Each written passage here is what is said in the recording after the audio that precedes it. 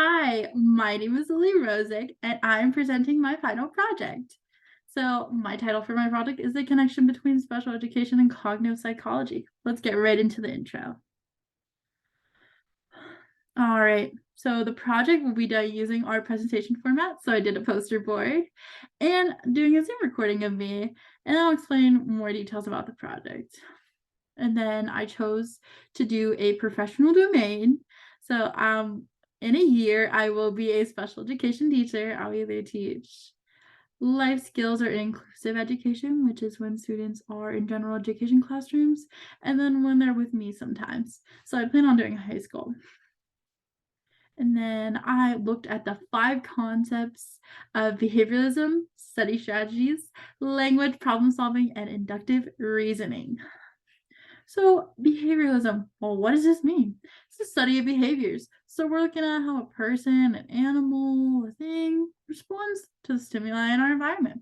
How does this relate to special education? Well, you're in luck. It relates because it relates to direct instruction, functional behavior assessments, and evaluations of students. And so, in FBA, I have a little example here for you. And this is my learner, Ben, and then there's me collecting the data on him, and then there's our interfering behavior, our replacement behaviors. But well, what does all this mean? So the quote from an article that I got was functional behavioral analysis. A student would involve a chart with specific targeted behaviors, monitoring for frequency, time of day, and antecedents and consequences.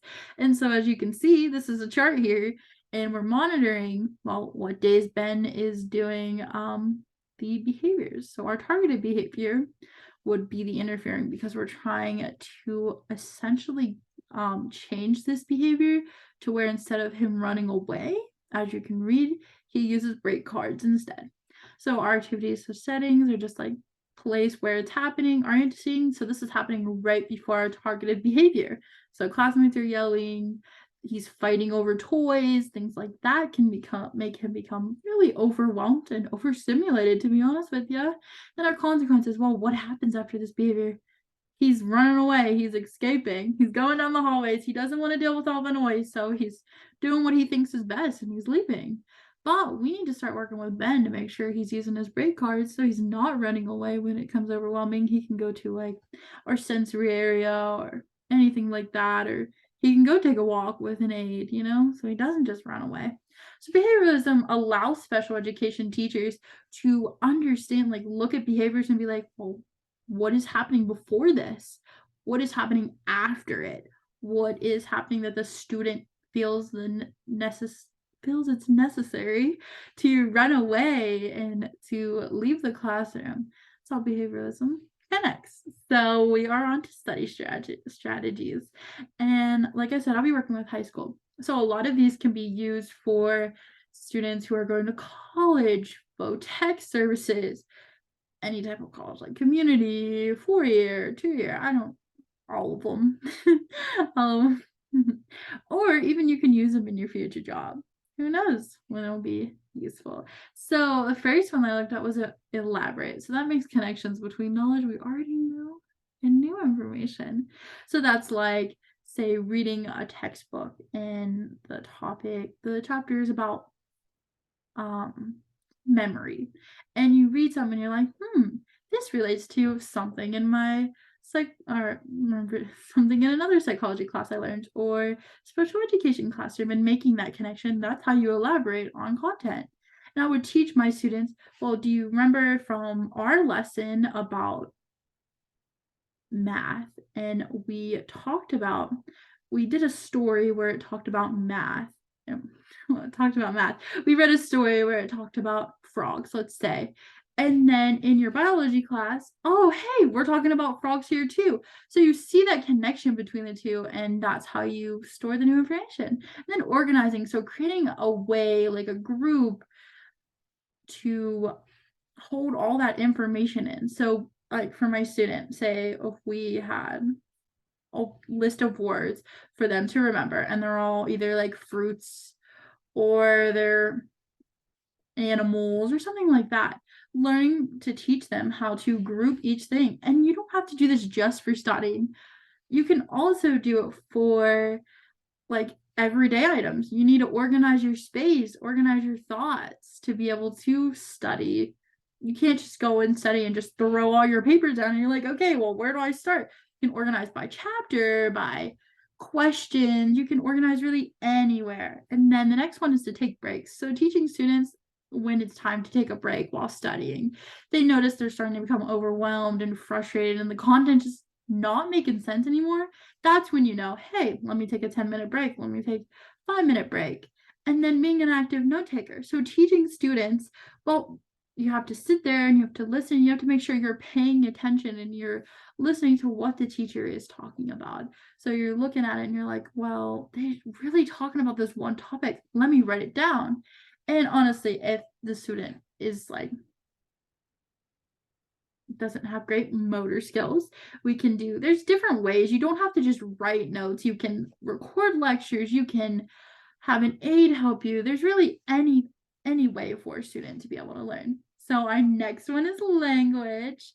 And so Goldstein stated, well, what is language? So Goldstein stated language is a system of communication using sounds and symbols that enable us to express our feelings, thoughts, and emotions and experience. Well, how does this relate? Well, you have to be taught how to do this.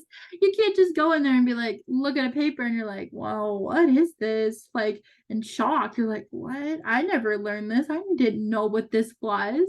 So that's why us teachers, we're here to help and we're here to teach these students, well, how do we create the sounds for these letters? Or how do we create the symbols? And what does all of this mean? And so teachers use direct instruction, which is model, lead, test, and delayed test. So some of the content that would be taught like phonology, phonemes, morphology, syntax. Phonology is the study of the sounds. So we need to study these sounds and we need to understand them. Like that's when phonemes come in, and those are the smallest units of sound. And next we would teach the students also, but morphology, which is the understanding behind them. So we need to know the why. And I know a lot of this you would probably teach to kindergartners, so you wouldn't use like the terms right away. Like phonology and morphology would use more like more simpler terminology for students to understand, but we're teaching them. We have to teach them this. So that's what reading instruction entails. That's how it relates. Alrighty, so next is problem solving. Well, what is problem solving? A solution to an obstacle in the way of our goal. And the think aloud method. I was so excited when I saw the think aloud method because I have used that a lot in my classes, especially like I said, in my reading course, in my math course, especially a lot with that.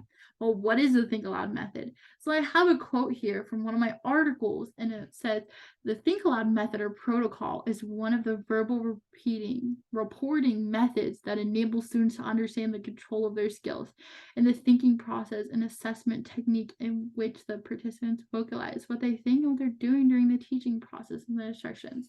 Well, that was a lot, but pretty much the basic concept of that is that, well, when I am teaching a student a skill, I need to think about what steps I need to take. And I'll show you here. I have my fun little lesson plan here. So this is when I was teaching a math problem to students, and it's 15 plus n divided by a equals 17. So when I look at this, I have to think, out loud, I have to say when I'm looking at this, well, what is my first step? What do I need to do? And I know that I'm looking for n. What is the value of n? So I'm saying this all out loud. So our modeling language is when you say it out loud for the students to be able to understand, well, how am I solving this? I don't know what to do. And that's why we use modeling language like this. And then that's why we also do a guided practice language as well. And that's why we do guided practice too. So the students we can all together say, well, this is what we have to do next. And this is the next step. So we first need to figure out what n equals, but we need to isolate n and we need to figure out how that happens. You have students come up to the board, they say out loud what they're doing, and that's how problem solving is related to special ed, because we always have to solve problems. Even if they're not math problems, you have to solve problems in your daily life, and that's why we teach it to students. So our last one is indicative reasoning. Well, what is indicative reasoning? As you say, it's coming up with conclusions based on observations and reasoning. What is indicative reasoning and why is it important in education? Because Musa stated in the article I found that development was noticed by studies. So they did a different bunch of studies and they looked at students and that various parts of students' cognitive skills and logic and strategic reasoning, as well as fluid intelligence, had improved and their academics have improved. And well, what is a way to teach this to students? I thought this was super interesting. I didn't know that you use Sudoku puzzles to teach this to students. So when you look at it, over here on the side is my little picture of a Sudoku.